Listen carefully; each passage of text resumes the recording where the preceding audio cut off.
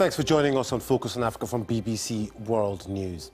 Most of our program today is dedicated to the former UN Secretary-General Kofi Annan, who's been laid to rest in Ghana. He died last month in Switzerland, aged 80. Today, African heads of state and current UN Secretary-General were amongst the mourners at his funeral in Accra. In the next 30 minutes, we will bring you coverage of today's events. We will look back on his life and legacy and speak to people who knew him both personally and professionally. Kofi Annan joined the UN as a budget officer with the World Health Organization in 1962, the start of a career that was to span 4 decades. His first major role within the UN was as head of peacekeeping in 1993. But while he was in that role, he was criticized for failing to do more to prevent the massacres in Rwanda and later in Bosnia. In 1997, he became the first black African Secretary-General of the United Nations, inheriting an organization in crisis and on the brink of bankruptcy. He set about reforming the UN, and in 2001, Annan and the organization were awarded the Nobel Peace Prize. In 2006, he stepped down as Secretary-General. By now, he was almost 70, an age when most people would be glad to put their feet up. But he stayed actively involved in diplomacy, and in 2008, he agreed to mediate between political leaders in Kenya in a bid to end post-election violence. One of his last major roles was as joint special envoy for the UN and Arab League on Syria, as he tried to find an end to the crisis. In an interview with the BBC at the age of 80, he joked, "I've discovered retirement is hard work." Well, thousands of Ghanaians today, as well as dignitaries from other parts of the continent and from the rest of the world, have been paying their last respects to Kofi Annan today. Just before he was buried, he was given a full military burial. The burial itself was a private affair. We're told there were 17 gunshot salute. Thousands lined on the State House in Ghana as his casket was taken in a funeral procession.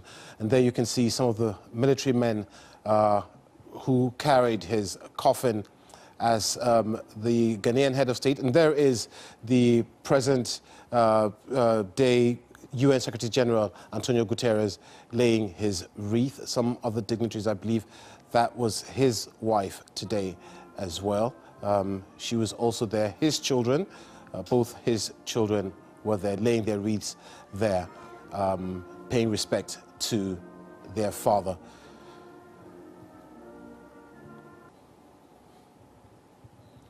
The Ghanaian president was also present, as well as some other presidents from the region, we are told, and dignitaries from all parts of Africa. The wife of the former President of South Africa, Graça Machel, was also present at the funeral.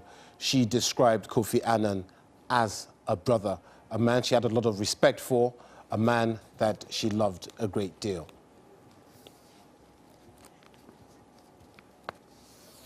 Well, people in Kofi Annan's home village of Akwamufie in eastern Ghana gathered together to watch the funeral service and reflect on their memories of him and the contribution he has made.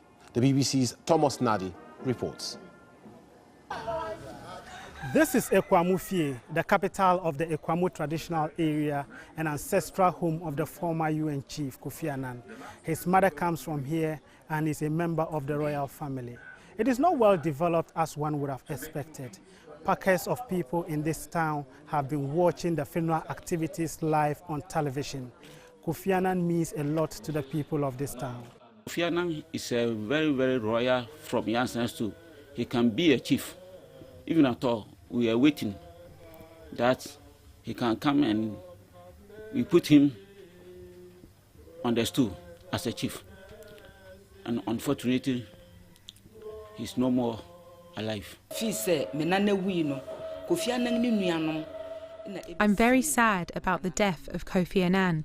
When my grandmother died, Kofi Annan sent his brothers to help bury her. He and his brothers used to come and spend time with my grandmother. I used to see him a lot as a child.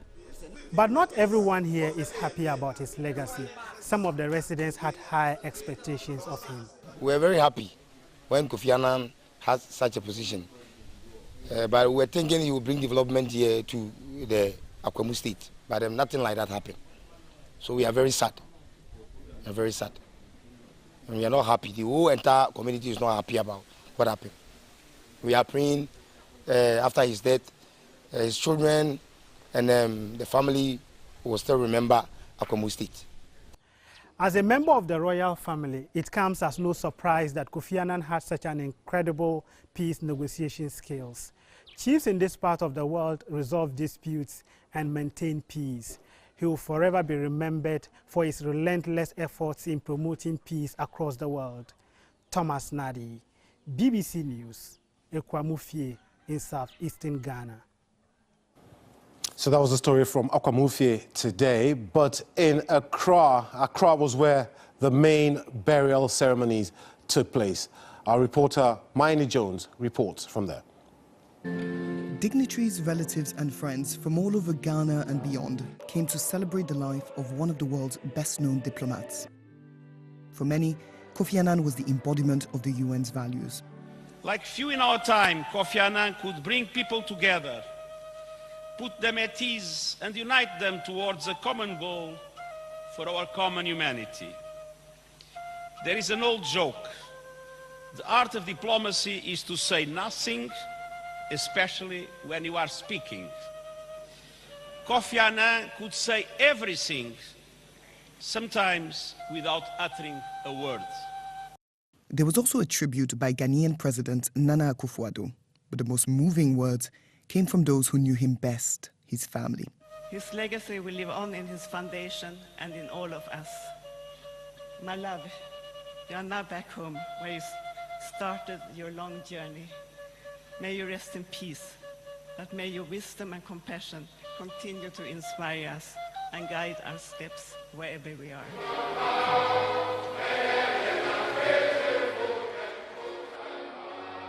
Mr. Annan's body has laid in state for the past 2 days as a steady stream of mourners came to pay their last respects. It's undeniable that Kofi Annan was a global public figure, but he was also a proud Ghanaian. During the ceremony, his wife Nan said that he lit up every time he came here. And it's a mark of how well respected he is here, that the auditorium behind me that can sit 4,000 was filled beyond capacity. But what made the Nobel Peace Prize winner such a popular public figure? Kwame Pianim knew Mr. Annan for over half a century and was a close friend.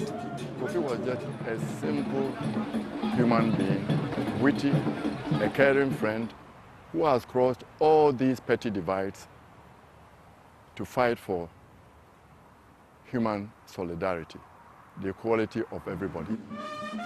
Following the ceremony, there was a private burial with full military honors. Kofi Annan dedicated his life to defending the rights and freedoms of those less fortunate than him. Now is his time to rest. Miney Jones, BBC News, Accra. Well, one person who knew Kofi Annan on both a professional and a personal level is Amina Mohammed. She's currently the Deputy Secretary General of the United Nations and was formerly Nigeria's Minister of Environment. She describes Mr. Annan not only as a mentor, but as a friend. On the line to New York, I asked her how she would remember the late Kofi Annan. I remember him for his wisdom, for always taking a look at all sides and thinking carefully through the response he gives to you as he advises you and helps to, shape tough ways forward that we've had. And I remember him from the era of the MDGs when we were trying to implement those for debt relief in Nigeria, certainly from shaping the SDGs and more recently as we embarked upon the reform for development in the United Nations. You have described him as not only a mentor but a personal friend. Personally, every time I met him, he had words of encouragement for me. What are the kind of things he told you? He took up the challenges that we used to, lay in front of him. Look, these are my difficult moments today. Am I on track? Am I not? And really good advice that was constructive. When he didn't think was, reach out, talk to member states, speak to your colleagues. constantly just keeping you going. And I think that that was important to have that compass, because in many a rough storm here at the UN, you are likely to lose your way if you don't have someone out there helping to guide you. Did his tenure as the Secretary General of the United Nations, would you say it opened the doors for other Africans to come and work in the organization? I think it did. I mean, first, you know, when you talk about the United Nations, people say Kofi Annan. In Africa, he certainly was an amazing son of the soil, but he stood in the same hall with Madiba and other greats. And I think that Africans' opportunity here, first, our interest as Africans to want to work for the UN at any level, all levels, and I think it did open up opportunities. With all the conflicts in the world today, what do you think, Kofi Annan, what do you think the last thing you'd have said to the world would have been if you had the opportunity? I think he probably would have just said that there isn't any other option to peace, that we have to strive for that we have to be hopeful, and that the reality is pretty grim at many times, but that aspiration for peace, it's about us closing the gap between the reality and the aspiration. And how would you like Mr. Annan to be remembered? His legacy as a man of peace who really stood up for his values, which were enshrined in the Charter and the UN. And I think that that's what we have to do, is carry the baton that he left us and move on. That, for me, is the greatest thing that we can do to justify all the feelings that we have for him and to honor him.